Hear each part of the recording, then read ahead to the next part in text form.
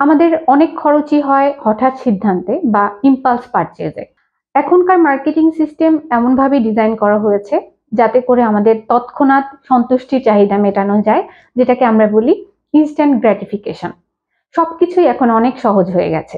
One click buy, contactless payment, এসবের মাধ্যমে টাকা খরচ করা এখন অনেক সহজ।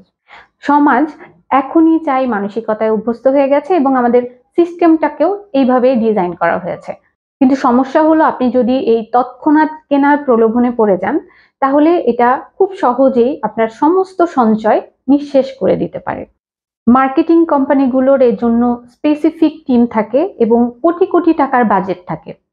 তারা রিসার্চ করে বের করেন যে কোন ইমেল আপনাকে কিনতে উদ্বুদ্ধ করেছে, কোনটি করেনি, কোন অফার বা ছবি তাদের বিক্রি বাড়িয়েছে, এবং সেই অনুযায়ী পরবর্তীতে তারা আপনাকে সেই ধরনের বিজ্ঞাপনই পাঠায়, সেই ধরনের বিজ্ঞাপন দেখায় যাতে আপনি বারবার করে কিনতে প্রলুব্ধ হন।